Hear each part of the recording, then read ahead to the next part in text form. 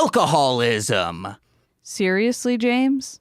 That's how you're going to start this entire event. Don't blame me. This is on Mr. No Fun Buzzkill for choosing this movie. The movie is more than just alcoholism. Pick a different topic. Okay, fine. What can I choose? I guess the only other one. Abusive relationships. All right. My name is Nicole. And I'm James, and this is night one of our first ever KaiJULY Con 2022, brought to you by Mostly Speakin Sentai.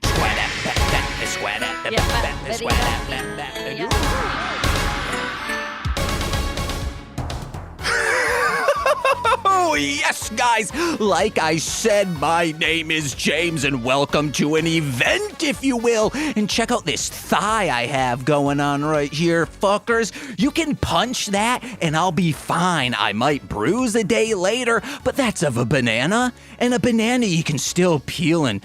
oh, baby, take suck on that sweet fruit inside. I'm talking about my foreskin if I had one, and I wish I did. Mother, why? Mother, why? Let's introduce someone who is not my mother, but she is that of a queen. It's Nicole, the Bricks, the Jakis.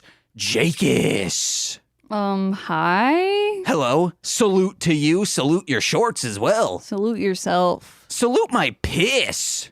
That's what people should start doing. When they start peeing, just standing up, probably do it in an area where it's not like, oh no, my pedal's doing what do you call those things with you want a wiggle worm, is that? 360. A 360, an Xbox? Yeah. No. No, like a skateboard trick. I'm a skateboard trick, baby. You put rubber bands with a tech deck on it.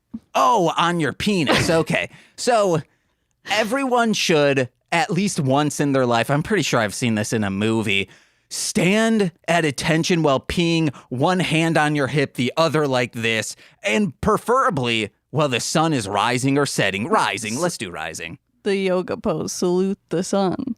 Is that a real pose? That's what the pose is It's called. this? Yeah, that's a yoga pose, dude. Man, that's a basic ass pose. Yeah. And people are like, "Oh, I'm a master at yoga, and that's all you're doing." Shut up. Yeah, it's relaxing because you're peeing. Oh, you're also pissing. Yeah. Nicole, have you ever peed while standing up? Like, have you tried? Yeah. Like into a toilet? No. Okay, you should try it sometimes. It'll make you feel like no one can strip you of your rights. Fuck. Oh, yeah. Wow. Oh, yeah. Let's introduce our guest. You see him on the screen. Off that? Yeah, let's introduce him. He's a rapper of note. You can hear him on Spotify and sometimes on the radio, stereo.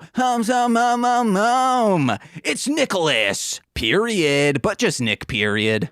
Or Nick, and I am just happy to be here as always. It's always fun to hang out with you guys. Thanks for having me. Nick and Nicole, I gotta tell you guys. Are you barking because of that movie we watched? Oh, to watch. What is it? Bring out the bodies. Bring out the dead. Oh, yeah, they bark And they in bark that. for no reason. No. I'm just like, this isn't a bark. I'm just like, I'm amped and excited. Oh, okay. Guys, I'm excited not to tell you this. I am officially anti-doctor and not anti-medicine, not anti-science. Just these fuckers. I mean, I feel like you should just be anti that one doctor. No. It's the two doctors I've been with in a calendar year. Okay, let me set the scene. Everyone knows I got ulcers or something going on in my body. Who knows what it is? I went back in November, maybe late October. Who knows? All I am aware of is the trees had leaves that were changing a color and they fell to the ground. And I said, whoa, dee-do-do. So it was somewhere around Halloween is what I'm saying. Hey, Halloween dies tonight, bitch. Oh my God, hurry up. I went to this doctor and waited 50 minutes. Like I was in the place. Granted, yes, I go to people without a good income doctor. So maybe they're stressed out. No, when I am the only person in the waiting room And the only person I've seen for a while, I don't think they're being pulled at each ends like I'm Laffy Taffy. Shake it. And that's strike one. So I scheduled an appointment. I got a referral for a gut doctor because the person was like, yeah, they're going to have to look inside of you to see what's wrong with your stomach, because it's probably not like an ulcer, because it should be healed by now if you're taking omeprazole for 4 years. So I call the place. The referral's for 6 months. That's as good as long as it's good. They say, hey, the next place, remember, this is November, Halloween, bodidoo, and they say we can fit you in June 30th. So I'm like, okay, all right. The referral will have been expired. Luckily, they still accepted it. I get there, and yet again, only person in the entire doctor's office, I wait 40 minutes inside the goddamn waiting room. Not even waiting room. Like they Sherpa'd me into a, like I'm on Mount Everest. They threw me into an exam room, and I knew I was the only one because I saw all the other exam rooms are open, doors wide, like my legs on a Saturday night, and I'm pissed. I'm anti-doctor now. Your guys' thoughts on these white-robed fucks? I still like doctors. I respect your experience and peacefully and respectfully disagree. I'll still go to doctors. I guess I have to go to doctors, but they should be, if I scheduled something, Nick, if you said, hey, James, can I come in to record? And I said, okay, all right, it is June, all right, okay. I can pen you in January at 3 p.m. And then when you come over January at 3 p.m. and I make you wait 40 minutes, you'd be like, what the fuck is this? He made me wait for 6 months. Yeah, I mean, I feel you. I mean, I think the thing with doctors is I remember going through some stuff with like family, and the big thing I started to realize about doctors, which seems obvious, but it's like they're just people and they have the right to suck at their job like everybody else does. And I kind of got over it a little bit, like not like saying you should. I think you should fight the power as long as you feel it burning in your veins. But yeah, I mean, doctors are people, and like some of them are going to be good and some of them they just fucking suck. Just like there might be somebody who makes your burger at Wendy's really well, but then the next person just drops it in oil. Ooh, that actually sounds good. Chicken fried steak. Just fried. Yeah, why not? Nicole, your thoughts on doctors? As someone who I no longer talk to once said, not all doctors got straight A's. Oh, yeah, it's like that joke. What is it? Like, what do you call the lowest scoring person in the class of like in medical school? And it's like doctor. Yeah, they're still a doctor, I guess. It's the same thing. Damn it. Why do you guys have to come with logic and not hate that I had yesterday?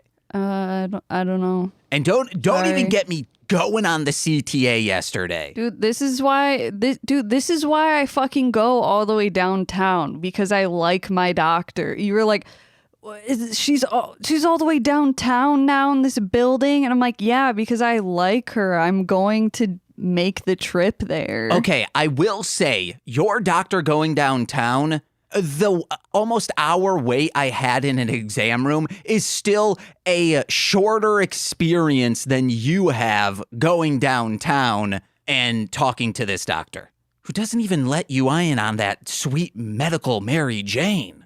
Also, it's legal now. Oh, no, it's still 27% cheaper for medical marijuana. And Oh, yeah, definitely. That recreation tax is murder. So, yeah, anyone who says, hey, it's legal now. No, guys. We need to fight the system, break the system, and get sweet Mary Jane at an affordable price. Just need to learn how to grow it, baby. Yeah, that too. But I don't smoke it. Then I need to learn how to edible it. Yeah, and I already just got some, like, free plants from like a promotion thing, and they're like already dead. And like somebody just came in and they're like, your plants are like dying. And I was like, oh yeah, I was like really inspired for like a week with them. I was like, here's some water. And then I I couldn't describe the amount of indifference I had to those plants' lives. I'd say that's user error. Yeah. Yeah. Yeah, I was definitely like, well, they must be. I'll give them some water eventually. If not, they're dead. Like that's all I felt about it. I didn't even do it when they told me. What do you think is the perfect amount of weed to have on you at all times? Like for a week? I don't know anything about that, but if I was ever to it's know illegal something now. like that You from can somebody, say you can say you do drugs. Lots of things are legal. So I don't know what you're talking about, but I'm just saying if I thought about it hypothetically from an outsider's perspective, I would definitely feel like if you had like, I mean, depending on your frequency, I feel like you could have like a gram on you and like you have that for like your chillum or something ground up somewhere and you could bring that with you somewhere. I mean, that's still a ticket, I believe, at that point, if, you know, I knew anything about that type of stuff, which I don't. But I feel like, yeah, you don't usually need more than like gram and a half if you're an active person, because otherwise you just kind of want to, you know, dip it in once or twice wherever you are and kind of go about your day with like a one hitter or something like that, I would assume. Where's the coolest place you've ever smoked? I can only imagine so many cool places that people could have smoked in their lives. I mean, I think I am a person that likes nature, and I feel like if I were someone who smoked, it would probably be like a really cool like nature area that I used to hang out in when I was younger before I did that stuff. And then you could just like go through the woods and like see animals and like it just frolicking around and you're just like smoking a joint. I would assume it's pretty cool. Okay. Do shrooms at the peak of Everest. That's what people should be doing. Okay. Like I wouldn't be able to think at the peak of Everest. Yeah, and then freezing. The shrooms would ease your mind. I feel like I'd die if I took shrooms and I had somehow made it to the top of Everest. I feel like I would need my wits about me, you know? No, I think you microdose on your way up and then you macrodose at the top. So even smaller. There you go. No, macrodose is big. Microdose tiny. Yeah, I'm sure that'll go great. I'll give that a try next time I decide to climb Mount Everest. I've been thinking about it, honestly, so ooh, I might have to think about that. You bougie now? Yeah, you know, it was really just that moment you said Sherpa, and I was like, you know what, I should really climb a mountain at some point soon. Because it's only bougie people climbing up there these days. And we're only getting older. How long can you really like climb a mountain as a human? So it's time to start thinking about it if you want to climb a mountain. Yeah. Because I am. Nicole, we should find the smallest mountain in our area and just climb it. We'll go hatchet style. Climb a small mountain. That's like surfing a small wave. Like, what do you get for that? You got to climb the big one. A mountain before. I'm to the peak? I don't know. And it was called a mountain. It wasn't like a hamburger hill. You ever heard of the Grand Tetons, you bitch? I've never heard of Grand Titties. No. The Grand Boobs? Where are they? Explain. In Wyoming. In Grand Rapids? The suburbs of Grand Rapids? Not what I said at all. Yeah, Wyoming Township in Grand Rapids, Michigan? Yup. It's just a mountain of old buildings and jet skis. You just hike up the mountain. It's where all the people with midlife crises ditch their what have yous when their crisis is over. Nice. That's why it's called the Grand Boob. So they like throw them off the mountain to get rid of them. In high school, I would, if I was like stressed out, I'd be like, I'm going through a midlife crisis, God willing, because then that would mean I would be dead at 30. Yeah. Wow. I hated life back then. Oh, not a lot's changed. Man, that's so I don't feel like I've failed as really a partner light at humor all. today. Nicole, I'm kidding. Also, it wouldn't be you failing. It's my mind failing me. Oh, okay. So technically, it's my mother and father for giving me these shit genes. Noise. Yeah. I actually think I hiked a mountain too in Australia, but it was like super small and it had steps, but I think they called it a mountain. So I think I technically climbed a mountain or hiked it. I'll call it climbed. A mountain with stairs is just God saying, hey, giving you a gimme today. Or man spitting in God's face. Either one. No, because that was God's will for them to build those stairs there. Kind of feel like we just decided we wanted stairs there. No. But it's all right. I mean, the dude that led me up there, his name was Hayes. That's a pretty like nature name. So maybe he's like a person of the forest who like built that. I mean, not a person of the forest. He's not really that. See, I'm saying person of the forest because of that Bollywood movie. I'm just so obsessed with it now. We haven't watched it yet. He is, of course, talking about RRR, Tolkien. You already know. Featuring pirates. It's not a pirate movie, Nicole. It's not at all, but like it's definitely one of the greatest movies I've ever seen in my life somehow. Is it better than Pirates of the Caribbean 2, Dead Man Chest? Fucking doubt it, bro. Yes, it is. It is. It's better than a lot of movies. Hashtag part of the ship, part of the crew. Is that a phrase from that movie? Yeah, I said it backwards, so. Part of the crew, part of the ship, yeah. part of the sea. Uh-huh. Then Moses comes out and he's like, who's talking about parting seas? Was that the second one you guys were talking about? Yeah, I think. That's the one. Oh, that's the cool one. That's the one where like everybody dies at like the end. Not dies, but like the big squid comes and it's like super bummer. I liked that. That was pretty cool. Yeah, I mean, it was Captain Jack Sparrow. He dies? Oh, I guess when he died, everybody died to me. Yeah. But he's in all the other ones, Nicole. Yeah, in the third movie, dude. He comes back? Yeah. Or it's prequels? They fucking turn the ship upside down, bitch, to go to Davy Jones' locker and save to get him. Daggy Joan Locker. Might be a little controversial to say, but I feel like sometimes they put a little too much focus on that character. Wow. You want to know but who I want? He's horny for the sea, dude. What's more pirate than that?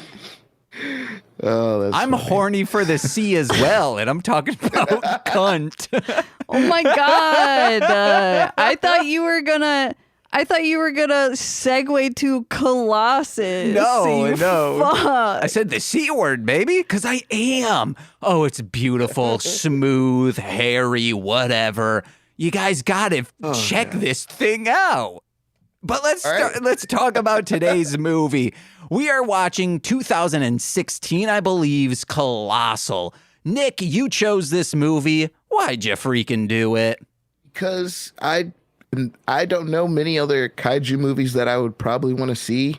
Like other than that, I like kaiju movies, but I do feel that there could be a lot more done with it. And I feel like this was probably the most creative one I had heard of or seen, honestly, because I did see it once, but I was interested in like looking at it again for like a review purpose. When you mentioned this, I was like, I think this was a movie that Nicole turned on. We used to bring our bed, our mattress out into the living room and we would watch a movie. And generally Nicole would watch it and I'd fall asleep while spooning her. And I was like, oh yeah, that's one of the movies that I fell asleep while spooning. And Nicole's like, no, I think we like watched this movie. And I'm like, nah, pretty sure we were spooning. And then first frame comes on. I was like, oh yeah, this is all coming back to me. And then maybe 15 minutes in, I'm like, oh, yep, I sat down and watched all of this movie. I remember all of it. It's very creative and it's the twists and turns and the weird ways it goes. It's just so funny to me. So, I mean, I took a lot of notes. Yeah, the movie's not funny to you? I mean, it's kind of sad. I mean, yeah, it's sad, but like it's also funny. Like how it's sad, but like it's also funny. Okay. At points. Like my life. I guess we'll have to talk about that. All right, let's get into the goddamn thing. Oh, I do have, so I picked up a very quick note on this. Before we started watching this, I picked up another collection of VHS tapes to either keep or to sell. And one of them, I was like, oh yeah, we got our Tom Cruise movies. And I pick one up and I say to Nicole, this one, I look at it and I was like, Ricky Brine, and then I put it down and she goes, "You mean risky business?" And I was like, oh shoot, my God. that's what that Like, says. What the fuck And is Ricky Brine? Nicole thought I was joking about saying that. I was like, I could not read the cursive writing on this. So yeah, I thought it was a Ricky Brine. It's like, did he do some like Guy Ritchie film, like some British gangster flick I didn't know about? Nope. What's up, guys? I'm Ricky Brine. Tom Ooze. Hey, what was that? Tom Hardy, one of those movies made his career. Memento. Bronson, that's the one. No, I was just saying, like, cheeky film biopic about a random British dude. Okay. Like Rocket Man. I love that movie. Like that Elvis movie. Oh. I was talking about the comedy about when they go to Mars from like the early 2000s. Mars That movie, Attacks? Rocket Mars Man. needs moms. John Carter of Mars? No, Rocket Man with Harlan Williams. Remember that guy? He played yeah. friend that gets locked up in Half Baked. He did a movie where they do like a trip to Mars, and I think like one of the astronauts goes bad, so he ends up being one of the people. It's just a terrible screwball comedy, late 90s, terrible, but I loved it. Me too. As a kid. Oh, there, you knew it. Yeah, it's great. It's great. Remember when he farts in the space shoots and they try to like keep it from going to the other suit? And Amazing. how they were like, oh, you're going to go mad in here when they're in that isolation chamber. And he's just like talking to himself and drives everyone else insane. Yeah, beautiful. I mean, that guy, I would say he didn't get enough, but he got his own movie, so I think he did fine. Yeah, he was also in Big Money Hustlers with Insane Clown Posse and Freddy Got Fingered. He was in Freddy Got Fingered. I always forget that movie until someone brings it up, and I just everything in that movie. I feel like people collectively in society have forgotten that, and I feel like sometimes I want to just play that movie so people remember what they allowed on screen. We just did it on This Existed. Oh my God. See, and the fact that it has to go into that, I would think that like that, something like that should have never left people's minds, but people were so quick to want to forget that. Because that was one of the biggest violations on a film screen. Oh man. But let's get into Colossal. Okay. I only have like a few kind of like sprattered notes. And guys, I want to tell everyone this right now. Unless Nicole takes notes for Mothra vs. Godzilla, she has not taken a single note on any of the movies we're discussing. Yeah, in all honest words, for my mental health, because otherwise I will be overworked and burnt out. Ooh. Yeah, she was doing a puzzle maybe during this, or smoking a fat stogie of catnip. Yeah. Nice. Yeah, she's like, hey guys, this is how you do it. She's showing Butter and Socks how to smoke some catnip. Sorry, I'm not you when you're 12. Yeah, I did smoke catnip when I was 12. I rolled it up in a paper towel, just like a napkin. Guess what? It hurt my throat. Surprise. I was like, oh, why do people do this? It hurts my lungs. Nobody does that. People smoke. I should have used some Bible pages. That's what I should have done. Uh-huh. You can roll with some Bibles. You Jesus. can roll blunts with Bible paper. And oregano. Yeah, that too. No, you want to use incense and myrrh or whatever it's called. Okay. Because that's what... Frankincense. There we go. Incense and myrrh. Simpson myrrh. Ooh, I like Simpson myrrh. Frankincense. Actually, it's called Simpson Mo. That's who the character is. This movie, it starts out with like this girl, and I'm like, white broads, am I right, chat? Because she's like, oh, there's no one in chat. It's Anne Hathaway. I also forgot we were like streaming on Twitch. Yeah, because no one's here. I've forgotten multiple times. No one's here. Okay. No one's beer. Okay. Get used to me. So they're pounding back brewskis, but we haven't seen that just yet because Anne Hathaway comes home drunk and she's like, oh, hey, does my wig look good? And it's insane. Like, she's wearing a wig, and it's pretty telling. Just use your own hair, guys. Wow, wig shaming. No, okay, bad wig shaming. Wow, bad wig shaming. Yeah, there we go. And you got to get a wig with real hair. You don't want any of that synthetic bullshit. Wow, wig shaming. No, I'm quoting your grandmother. Yeah. I mean, I didn't mind her hair necessarily. I mean, honestly, my first thoughts were kind of on like when this started, I just kind of wondered like, what is the thing with kaijus and like Asian culture? Did they like really create that concept? Because I was like, why are we still like, you only show it in like one place, like they don't ever go to Sweden, like they don't ever go anywhere else. Because but then I remembered like, wasn't Godzilla like almost like a commentary on like nuclear war or something like that? Uh-huh, So that's why it was there. And it's weird to me that we just made it like, well, it's just Asian people now.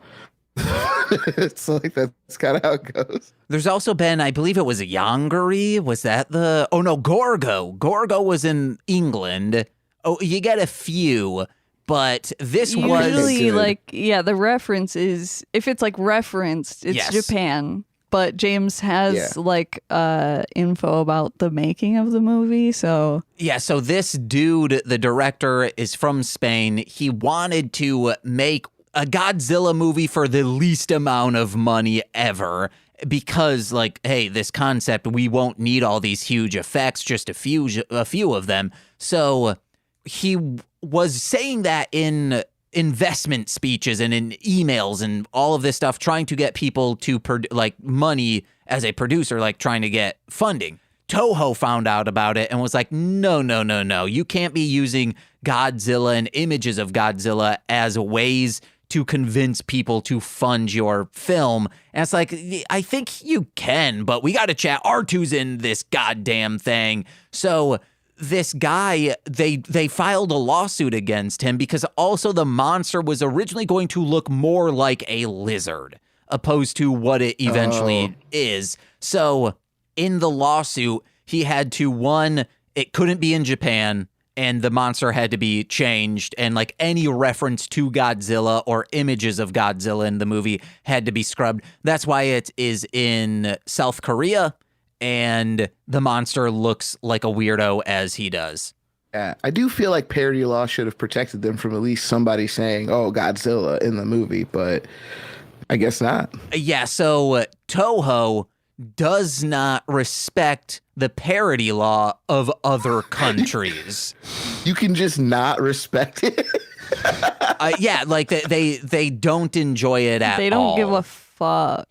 I thought within the country they could still respect their own laws and like block Toho, because I thought there was like a thing with that with like how other countries like Brazil would recreate Nintendo consoles for their like area, even though Nintendo didn't really have a lot of stuff there. But hey man, Toho's doing it, so they know the business. That's crazy though. But yeah, I thought the movie, it's such a weird movie, but I will say something I enjoyed about it is the way they do dumps of exposition. I thought that was really good how they did it. Sometimes with movies, especially ones that are kind of sci-fi like this, when people have to get the story out of the way, it becomes caught in jargon. And just seeing like how when she came home the next morning, like the non-argument her boyfriend had just kind of explained her in a nutshell. And then like when he leaves and the friends come in, there was like almost no dialogue in that moment, but that also added depth to who she was as a character. And I was like, that's like 7 minutes in and I almost didn't need to know anything else more about her, so we could just keep everything moving. And I really appreciated that about the movie, how they handled that. Yeah, and also we find out about Anne Hathaway's boyfriend. His name's Tim. He's kind of an asshole later on in the movie, but right now he seems just of like, hey, we cannot be together anymore. You're mainly focused on boozing and hanging out till the peak dawns of the morning. And then he says, hey, all of your stuff is packed up already. It's in the room. Please be gone when I get back. And she goes in and she is living light, guys. I wish I could live like her because all of her worldly possessions can fit into 3 suitcases. Yes. Yeah, that made me laugh a lot too. I was like, that's really all you that's all you got. I loved it. That's great. I've talked to like Robbie about that before, and he was like, yeah, like I was like, also with that same like, oh man, I wish I could like have less bullshit. And he was like, yeah, but usually in that situation, it's like you're, for one reason or another, like forced to get rid of your stuff. It's not like you're just like, no, I don't want stuff.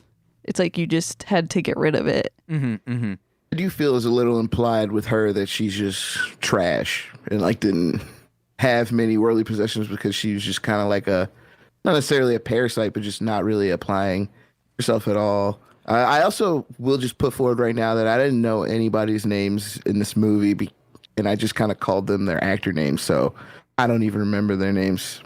Just if you start talking about them, I only remember Tim, and because I don't know the actor's name, but Sudeikis, Anne Hathaway, Coke friend, and sex friend. Those will be our main characters. Yeah. Yeah, those people are all very sad. But yeah.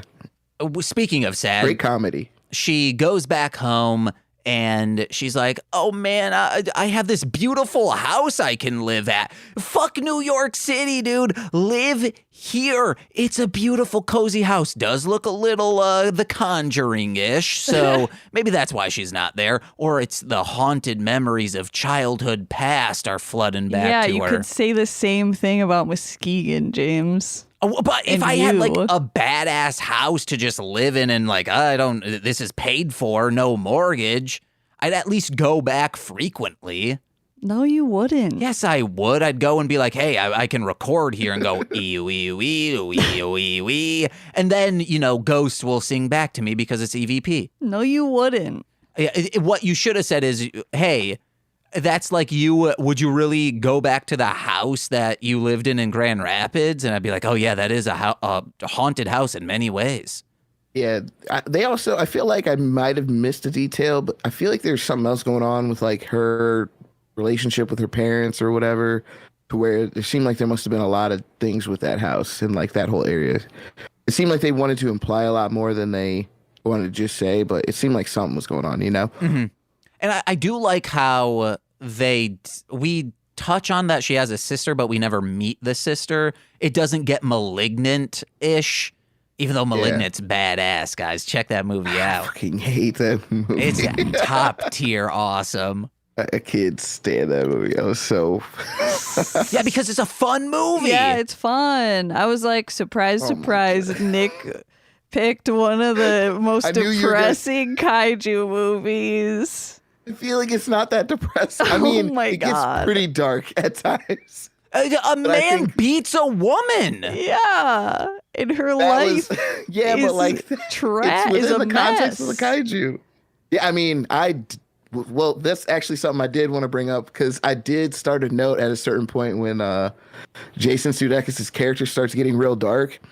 They have that real like villain adversarial thing going on, and I was just like, first off, what's up with the dude she like slept with, like just letting her get beat up low key, like in front of him and not doing anything. Mm-hmm. And then second, when Jason Sudeikis was like in full crazy mode after she had said you lost your mind and he was messing with her, I was like, this is weird because he's like not hitting her or anything like that.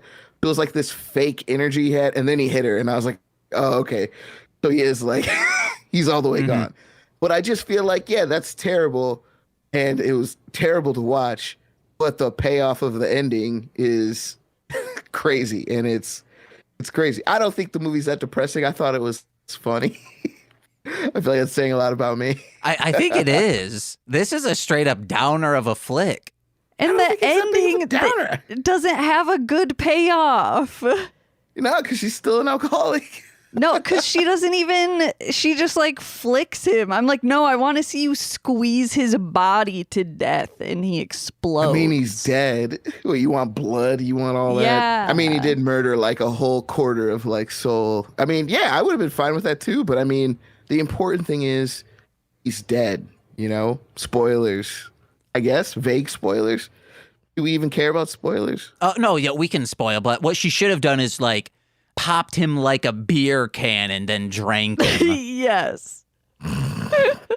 Or just like, when you get a nice shave at a barber and they put the shaving cream on with a little bristle. She should have like done that. No. Like this. I guess I actually look like a cat doing like a meow, like a little. You do. I actually meowth. didn't understand how she could see him or like catch him or do any of that. Yeah. Did I miss that part where like they could talk? She could hear him or something? No. It didn't make any sense to me at all. No, Because there's it also doesn't make sense. So they're in this playground for people who haven't heard it. When they step into this playground at around 8:05 in the morning, they in upstate New York or Massachusetts, wherever they're at, they step down, and then in Seoul, in South Korea, this kaiju appears. But when they go out of the boundaries of this playground, they are no longer, like, they dematerialize.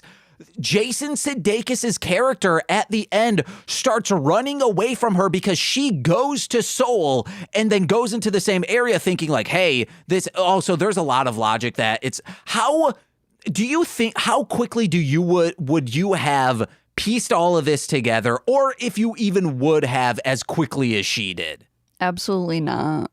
Yeah, I don't know how I could have possibly, like, that's why they had to do that scratching the head thing and all that Chekhov's stuff. nervous tick. Yeah, whatever. And then when that explanation was complete bullshit. But Yeah. sorry, what were you saying? So he runs away from her as Big Kaiju, which means his kaiju should have dematerialized way long ago. And then she would have had to been like, well, fuck, I guess I just need to smash down and hopefully get him outside of the boundaries in which I'm in. Yeah, there's a lot of that just, I was like, I guess you just wanted the movie to end now. So I guess it's going to end now. Let me read some chats real quick. R2 Shelby 2 is saying, I like how they introduced Jason Sudeikis as the hometown love interest in a rom-com, but then it quickly becomes clear he's actually scary. Malignant cracked me up, and Nicole wants blood. Hell yeah. So I think I like that they did that, and I think it's like important to have gross, toxic characters like that shown as like quote unquote like normal, nice people in the beginning. Because usually when a movie shows an abusive relationship, it's just to make you immediately hate one character. So you only see that one part. It's like, oh, this person is violent and hateful, but it's like that's not how that works. Like it's like usually it's like a slow burn of like you don't realize how deep you're in it until it's too fucking late. Yeah, like 9 years in, you start seeing warning signs. I'm kidding. Whoa. We're almost at a decade, guys. We don't need a piece of paper to tell us that we're in love. God, I wish your family would understand that, Nicole. Specifically, one family member. You're the one that always fucking says it. What? No.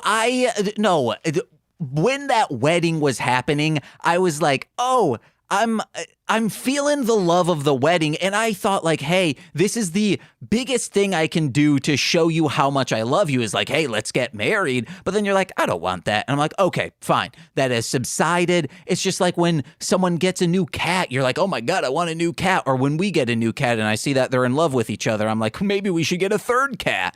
And now there is one family member who they are acting like they're big shit, even though they haven't been in the family as nearly as long as I have. And it just kind of rubs me the wrong way. And it's like, it's not my fault we're not married. This is on Nicole's wishes. So you should respect your family member and be like, okay. I mean, if anything, you should be like mad at my mom that she doesn't change the, I don't know, qualifications of what family means? Yeah. Yeah, yeah. Everyone should be saying, hey, James has put in his work. He used to clean this fucking house once a week with Nicole. Yeah. He's done what he needs to do. He's still here and always will be. Maybe it's because people are like, Jesus Christ, when is he gonna leave? Maybe that's why they keep saying this stuff to me. Specifically that one person, everyone else. And then sometimes other people touch on. You know what? Actually, it's because they're jealous of you because they know that you don't even need that to like for them to love you and accept you, but does. I mean, they do. I mean, but they don't though. I'd be fine if this person. That's why they're rubbing it in your face. Oh man, like I'm a dog and my. It's the living out of wedlock that is the mess that my nose is being rubbed in. Yeah. Yeah, so when they said that she conjured lightning to strike herself on the top of the head because he smashed her scientific diorama in like 4th grade, I still don't really get what they were trying to say there. And why didn't anybody recognize her toy and his toy as giant, huge beings destroying Seoul, Korea? I don't know. Right, like they should have, because more often than not, they're like franchises of like pop culture. It's weird that they wouldn't be like, oh, hey, that's from that show that we used to watch as kids. Oh, yeah. Yeah.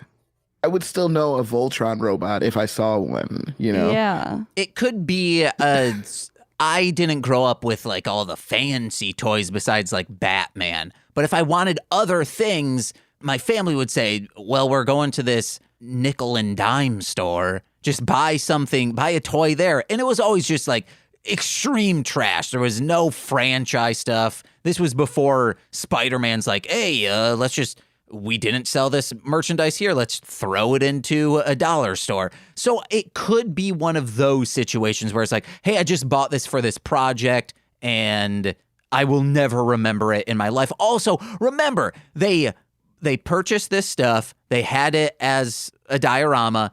And then they got zapped with lightning bolts. That could have affected their memory just a little bit around this entire situation. I mean, I feel like everybody else would, unless, you know, like you're right and he got like the equivalent of like a Michael Jorbson doll or something like that from the dollar store. It's Jorbin time. Yeah, exactly. The Michael Morphin Jorbin. But yeah, unless it was something like that, I definitely feel like people would recognize those toys. I did love though when him, like after, you know, the dude Jason Sudeikis beat up Anne Hathaway, when he was like stomping on the playground and they had the sounds of like the people of Seoul, Korea, like screaming and like destruction. I thought that was pretty funny. And like you bringing up the cheapest Godzilla movie ever, it's like that's hilarious that like that was a scene where you're just watching this dude deliberately step on little gravel in a playground. It took me a minute to be like, what? How would you think this is funny? But then I was like, oh, if you think of it in a different like way, instead of seeing it as like, oh fuck, he's like murdering all these people, and just seeing it as what it is, like he's just aggressively stomping the ground and she's crying at a playground.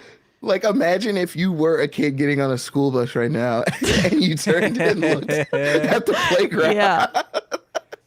Or imagine if you're a realtor going to a house and you're like, oh, fuck. Prices are about to plummet right now. Not again. God damn it. Speaking on, so I was like, oh, this is how to do a kaiju movie on a shoestring budget. And then Nicole said, ... aka : don't. Just don't do it. Just or take this money, make like a 40-minute kaiju flick where it's nothing but monster battles.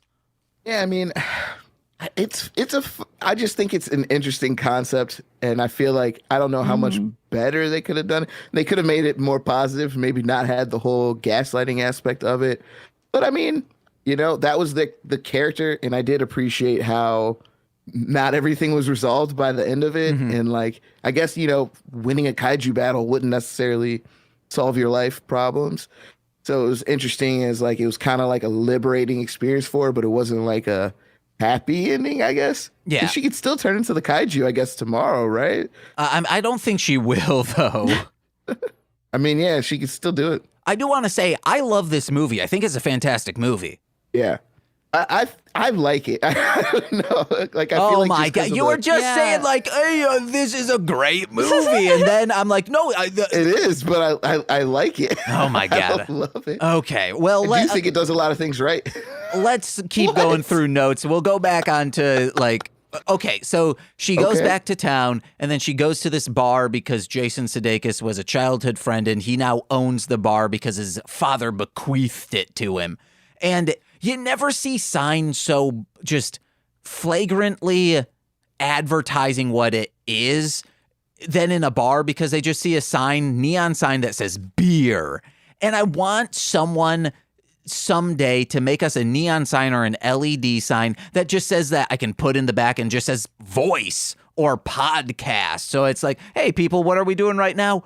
That shit right there. Podcast. When you just get one that You can says do that. recording. No, I don't want recording. That's not like, unless it's a record. Store not far from here that would totally do that for you. It's like a custom neon light store. It's really trippy because when you're walking back home like at night and probably drunk, like it's just this one store, even when it's closed, they're all like on. All the lights are on, illuminating it. It's very odd. Waste of electricity, just like It escalators. is. Because it's all those different types, like all the types of like neon signs you'd see throughout your life. Probably some old ones they took from places that closed. And it's all just like on. I am also anti-escalator recently because they are just a waste of electricity. Either have stairs or an elevator, that's all you need.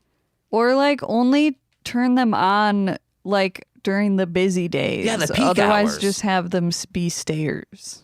I don't know. I love escalators, because you kind of go on like an incline. You can look at people. You can kind of be like, hey, look at you. You're not on an escalator. You're just like walking up a ramp. And, you can kind of just live life. It's a nice little separation of people who are doing one thing and people who are doing another thing. I'm not for separation. I'm just saying. Unless you had said that, I wouldn't have taken it that way. I know, but I just don't want to leave that open for anybody. I'm just saying, You were talking about, coming back from drinking and seeing these neon signs. What, guys, did you have a hometown bar? Yeah, but it's closed now. I think it's destroyed. It used to be a place called Pops in the suburbs where you could go there and see everybody you went to high school with and hang out with them and talk to them about things you don't want to. But I think they destroyed that place probably because it was a vortex of negativity. Nicole? What? Any hometown bars? What was that one like right by my mom's house called? A moon saloon?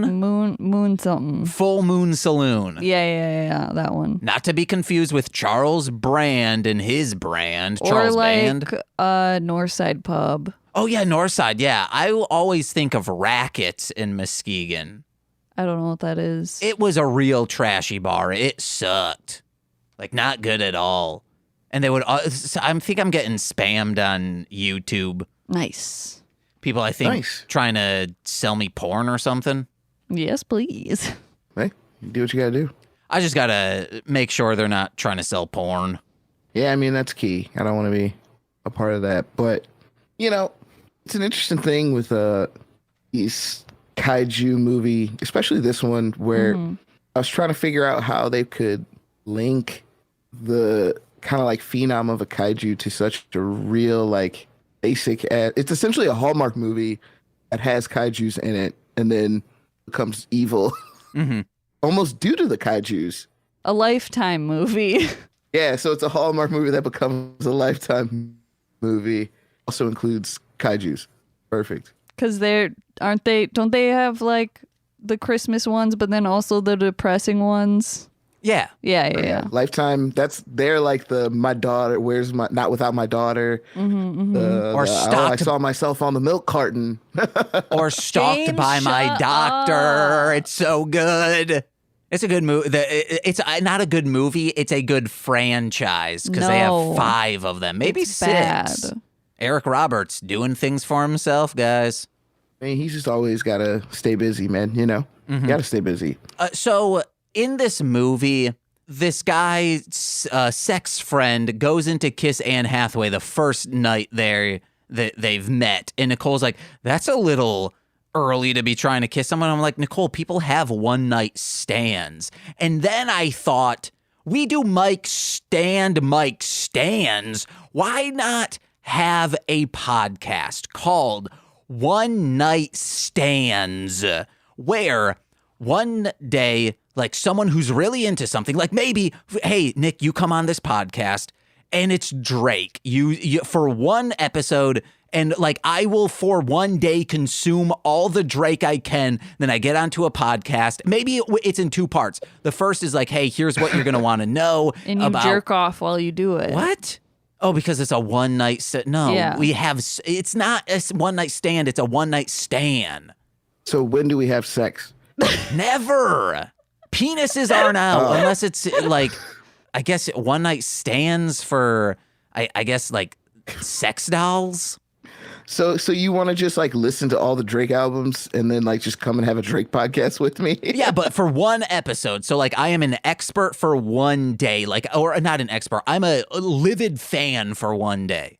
I mean, I'd be interested to see how it goes. There would have to be real parameters of like what you have to subject yourself to. Yeah. To be prepared for that like one episode. But I think it's not the worst concept. I mean, you're essentially doing that with that ICP one, because I don't think you're like an actual ICP fan, are you? You're just kind of examining their discography. I like to say he is a fan. I'm a fan, I guess. I used to be you're Juggalo, James. Yeah, I used to be like it was a thing I did as a teenager, but there are some albums that hit hard, and even ones that I thought, oh, these have to suck. The Mighty Death Pop is a near flawless album. It's so fucking good. A near flawless ICP album. Like for All what right, for what they're dealing, it's near flawless. Yeah, there's a couple stinkers, but they also, if you have a 18 song rap album, yeah, there's gonna be some stinkers on there. I mean, Drake had a 26 one, I think, with that Scorpion one. So I'm just saying, pick the right album. I do want to ask you something. That new Drake album sucks, right? I'm not the biggest fan of it. I'll say that.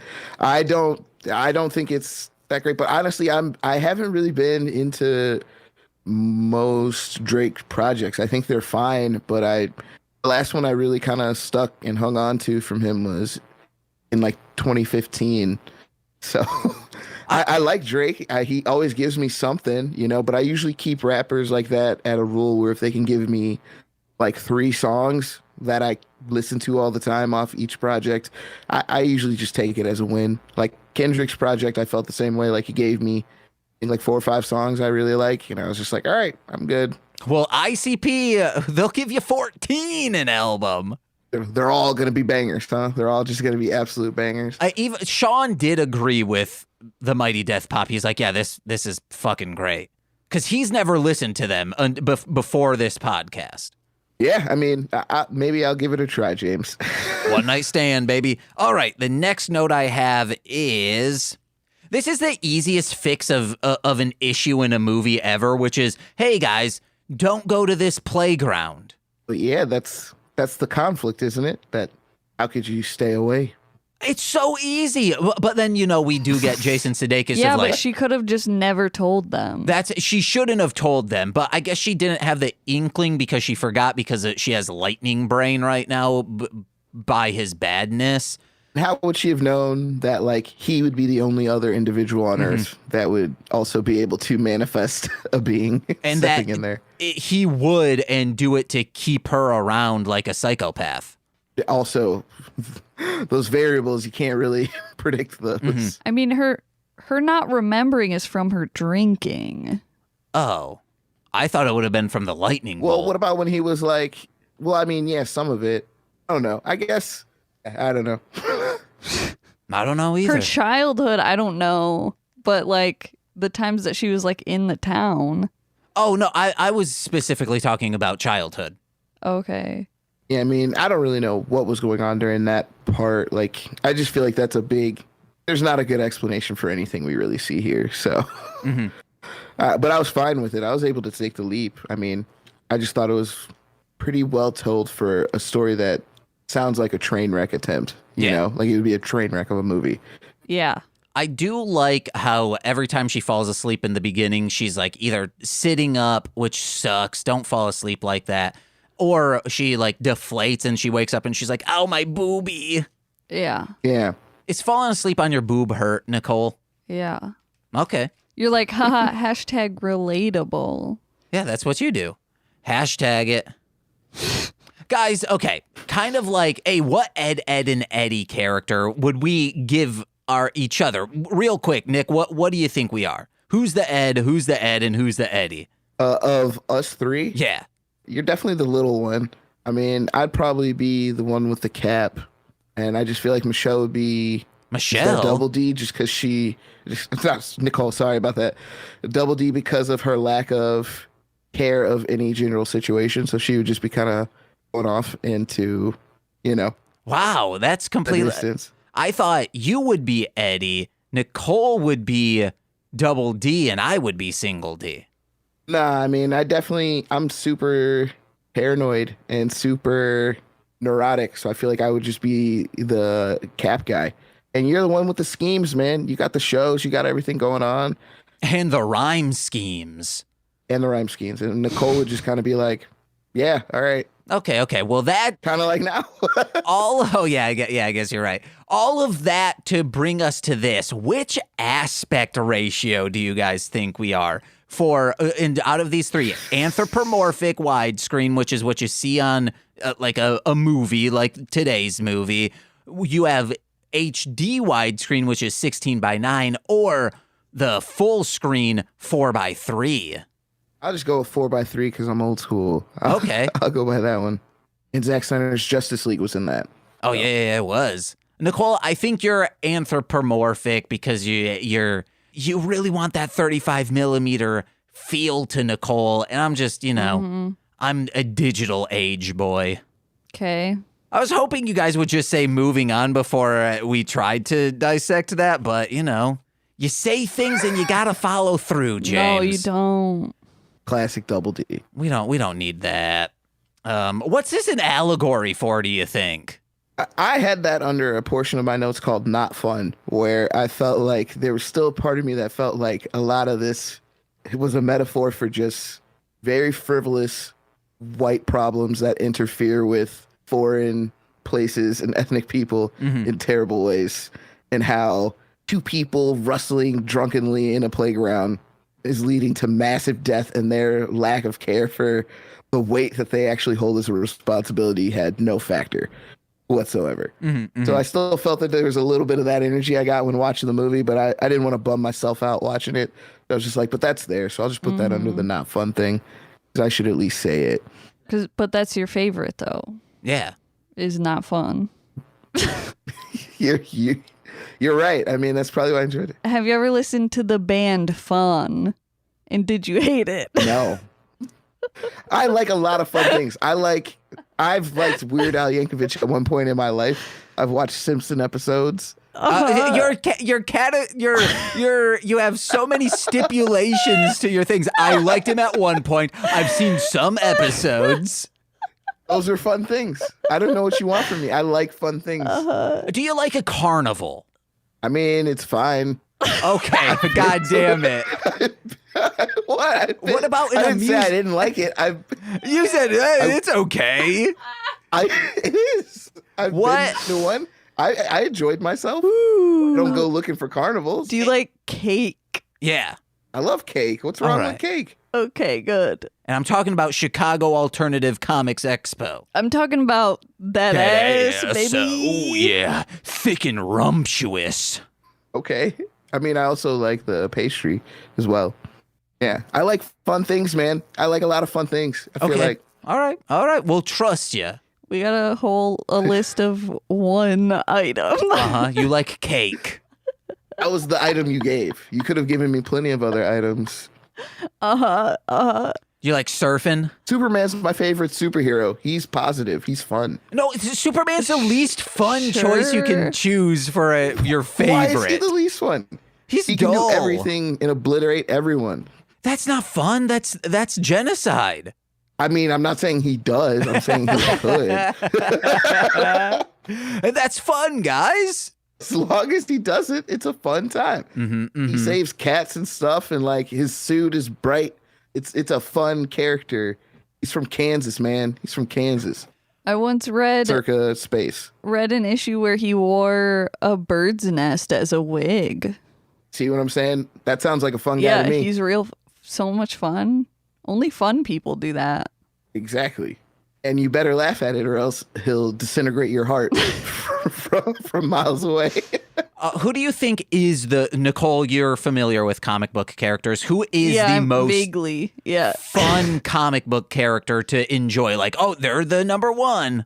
The most fun? Yeah, like if someone like a Peter Porker Spider-Ham. Okay, all right. Especially if you like puns. That's what cracks me up. Like, instead of Daredevil, it's Deer Devil. Yeah, I like that. Ant-Man is just Ant. It should be Aunt Man, and it's a dude who is an aunt to everyone. Yeah. Or dresses up. You want to know how he gets his powers? What? He's a spider that gets bit by Aunt May, who is a pig. Okay, all right. I like that. That's fun. I like that. I like Spider-Verse. Super fun. Man, you loved Into the Spider-Verse. You said, dang, dude, I got to check this out in theaters 6 more times. 6 more times. I do think it's one of the best superhero movies ever, though. Hell yeah. And if it wasn't animated, people would respect it more. I feel like people would respect it less if it wasn't animated. That was kind of what was fucking cool about it, was the animation style. I agree, but I also feel like that stuff is the reason why people still will talk about Endgame. Like, that's like the best superhero movie. And I feel like Spider-Verse had like better motif, better execution all around, better characters, and all that stuff. But because, you know, it ain't got RDJ in there and Hemsworth and Captain America, you know, they're always going to give it to those guys. Yeah. I like how you said actor name, Captain America. Because I couldn't remember his name. Christopher Evan. Chris something. No, I know. But I couldn't remember the name, though. And nobody actually likes Iron Man or Thor. They just like Robert Downey Jr. and Chris Hemsworth. Those characters were like, they were known and popular enough, but they were not like those types of characters for those actors. Yeah, now they're cool. Yeah, but I don't think either part is better without the other. I think both the actors and the characters need to be the same for them to reach that peak popularity again. Because I don't think people don't really gravitate to any of those actors' projects outside of Marvel. People don't seem to gravitate to the new versions of the characters. What are you talking about? Due Date? That movie was great. No, it wasn't. I wish I knew a single Chris Hemsworth. You know, Ghostbusters. Was he in Ghostbusters? Okay, all right. Bitch. That could have been another Hemsworth, Nicole. I actually saw one he just did recently called Spiderhead, and I didn't mind it. It was all right. It was pretty generic. But other than that, I liked his thing in it. That's why I call him Chris Hemsworth and not Thor, because I was like, oh man, I liked him in this, and he didn't seem like he was doing like a Thor or like, you know, what do they call it? The himbo thing that he did in like Ghostbusters, where he's just a dumb dude. He kind of had like a charismatic, like smart character, and I thought he did all right. But yeah, nobody's gonna care about that as much as Love and Thunder that's coming out. And I feel like I don't feel like anybody has really been searching for Robert Downey Jr.'s movies recently. You know what I mean? His season of SNL. Doolittle much? Yeah. Yeah, exactly. Doolittle. Is that the one with the farting dragon in it? Like, come on. Was he in didn't he do Around the World in 80 Days recently? Or am I thinking of Doolittle? What? I think that's Steve Coogan. Is that dude's name? Oh, could be. It was like around. He did that, I think, with. No, that's the old one. Isn't that the one with like Jackie Chan? Yeah, there is one with Jackie Chan. I could have swore Downey Jr. was in one recently. I think you're thinking of Doolittle. Yeah, probably. That looks like the type of Around the World in 80 Days type of movie they'd make. Yeah. But I mean, I like this movie, Colossal. I think it's pretty interesting, and it's the movie that really made me look at A24 how everybody does. because I realized like the type of weird stuff they're willing to do with movies, because I feel like I would never even hear of something like this from another studio other than them at this point. I got a couple more notes. One is a note from Nicole. There's a time when Tim, he comes to town and he's like, you're a writer, you're not a waitress. And then I said, you're a badass in a leather jacket. And then for some weird reason, Nicole, this was hers, you're not a waitress. And then Nicole says, you're a gorgonite. I don't know why. Because the monster, dude. Oh, the monster looks like a gorgonite. Yeah. Okay. Okay. I did think that conversation was a little weird they were having when he was like, she immediately jumped to him being jealous. And I was like, I didn't know how that got jealous. I thought what was going on was he was so used to yelling at her, he couldn't control, like, not having that energy towards her. And it probably festered into something terrible in him. But I didn't get the whole jealousy thing. But then I stopped thinking about it when they met Jason Sudeikis and that scene happened. That was just so crazy. When they were at the bar, I was like, I had no idea what was going on, and I kind of liked it, but at the same time, I was like, wow, they are really. It helped me know that they were gonna kill that dude at the end of the movie because they were going so far with what she was doing. Like I was like, you clearly this dude's dead by the end of this because he's doing things now that's like this is insane. Like he'd be locked up forever. Like I still didn't get why she didn't call the cops on him at any point. But I guess I get it. I honestly don't. I didn't know what the cop rule was. Was it's a small town, so the cops like me, so they're not going to listen to me? Or like, because when he's like, you know, at a certain point, you can just call cops to somebody for that. Yeah. Or for, you know, coming into your house, beating you, multiple things. Speaking of, he just shows up, she comes home, turns on a light, he's sitting there, and she's like, oh! And then there's this chase scene. And you can see clearly that I don't know why Nightbot is not just blocking these individuals who keep spamming shit. They're just, here's a warning, but not even for the sex stuff. It is for too many emojis. I don't know. So they're running upstairs and you can tell that this is not a real house. This is a like set because the stairway the railway is so shaky. Yes, the railway is a better word than banister. The railing is so shaky, and I was like, man, where's an owl when you need it? Yeah, I mean, that whole scene was just weird. I mean, I thought maybe the reason he wasn't hitting her at first was because, you know, he was like, maybe then he's like avoiding police being called on him. But at a certain point, sneaking in the house and all that stuff, when she made the threat, I'll call the cops. I was like, I don't get why don't you do that at a certain point, especially when he did hit her, because prison will keep you from getting to the playground. Yeah. I feel like he'd get a good sentence from that. And what's he going to do? Just come out fired up for the playground, stand there again, let him hit you and go back for again. Like, who cares? Or maybe she's worried that he'll tell everyone that she is the monster, which it's like, how would you prove that? That's what I'm talking about. You'd make people think he's insane. Yeah. Also, the owl reference is from the staircase. That guy who pushed his wife down the staircase said, an owl came in the window and freaked her out and she fell down. I don't know what that. The fuck are you talking about? It's a huge true crime thing called The Staircase. There's an HBO documentary about it, and I believe they're making a dramatized series on it as well. And this dude had done the same thing in a different country, and then years later, another one of his wives dies in the similar fashion, and he's like, an owl came in through the window. Yeah, and they believed him.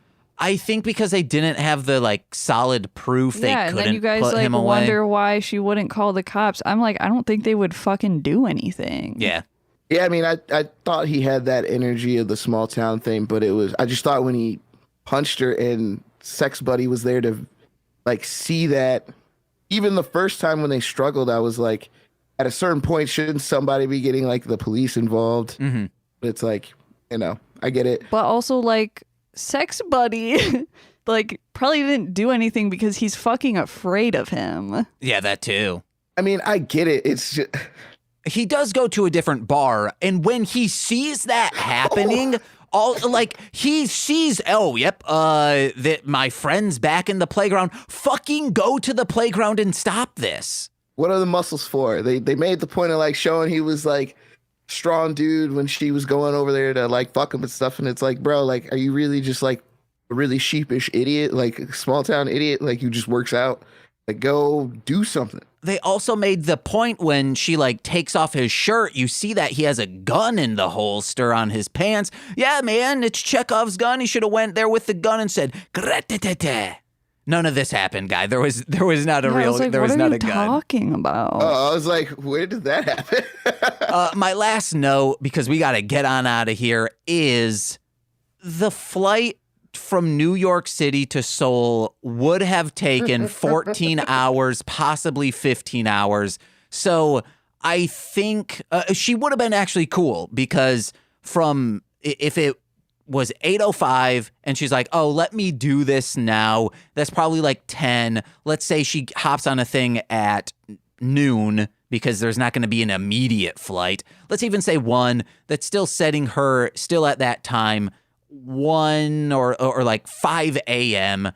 So she'd still be able to make it there in time to be like, hey, I'm taking this fucker down. Yeah, I was just gonna let it go at that point, because it just seemed so clear. Like, and they played it off in the movie. I think that's why it comes off so weird, because they were clearly playing it off like you don't know where she's going until you see like the stuff. So I think that's like seems a little shaky, and I think that allows the audience to go with it when the reveal's there. You're just kind of caught in the clever bit of it. I at least that's where I was. I was just like, oh, that's clever, because I do like what she did in bringing the monster there. I don't necessarily get how that works. It's just like at 2 different points on the opposite sides of the globe or something that happens in. It's magic. Well, it's because she had it was the soul diorama. What? The diorama that she had was of Korea. It was for a project. That's why it's happening in that area. Yeah. Area. So, like, it was of that specific area? That's just a child's mind wonders. Yeah. I mean, and I'm not trying to do that. That's why I was like, it works. It worked for me enough. I thought, because I've seen this before, but I forgot how it ended. And I thought it was going to be like she shows up in Seoul and the monster still shows up, but in Seoul. And then you just get like a monster fight. No. But yeah, we don't. That dude gets yeeted. That was going to be somehow, I was trying to make the opening that it's like Jason Sudeikis wakes up and like I'm playing Jason Sudeikis and he's like, I'm still alive. And then Nicole comes in and goes, hi, I'm Saint Peter. And he's like, oh shit, I'm at heaven's gates. And then runs down a list of things I did bad in my life. That would have been great. Didn't have time to write that up.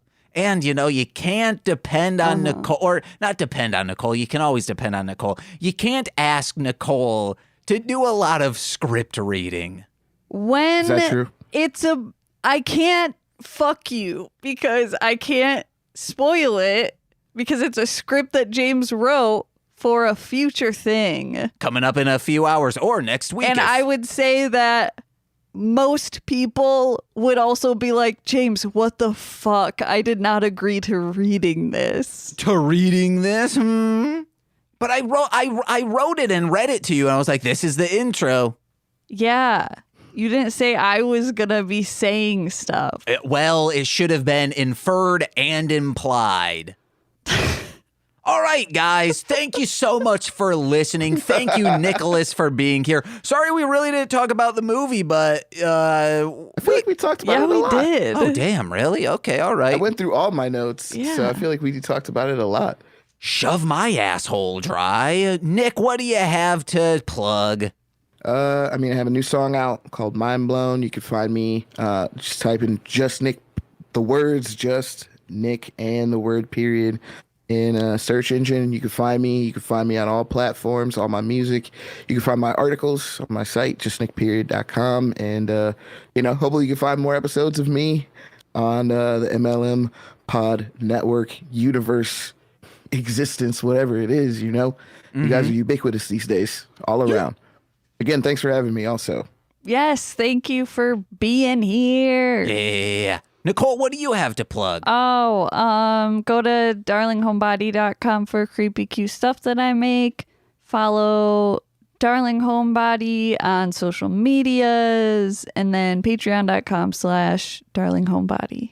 Hey guys, I'm just plugging this. Patreon.com/MLM pod, where for $5 a month you get exclusive podcasts such as Engage with Nicolas Cage, This Existed, Death from Above, a Sam and Max podcast, and starting in July, oh my God, what is this? Mostly Speakin Sentai bonus episodes where we are discussing Akiba Ranger, aka unofficial Sentai, Akiba Ranger. It's going to be a blast. I love that show. Just got done with season 1 myself in preparation, and it is so fucking good, guys. Oh, baby. But if you're a $10 patron, you get more exclusive podcasts on that tier, our past watch-alongs, live streams, and shout-outs on every single free feed podcast. So let's begin with those, starting with Steve F., Eric Berry of Ranger Command Power Hour, Alex Z, The Waz, Orion, he's a rapper, Defo, D-F-O, Kayla, aka 2 Grapes, Jordan B, The Chaos Witch, oh my God, beep, beep, beep, beep, beep. That's my brother-in-law, Joshua Jakis, oh my God, and Stephen Barnes of Sweet Child of Time. I'm that sweet child in that podcast. Oh my God, it's the womb in which I was birthed from. It's my mother. And finally, Lil Corey's BFF and roommate, Shane. I've been James. I'm Nicole. And I'm Nick. And we've been mostly speaking Sentai, but Colossal. This has been a Marshland Media production, produced by James McCollum. For more content, please visit mlmpod.com. To support our network and have access to exclusive podcasts, head over to patreon.com/MLMpod and sign up today. Oh, yeah.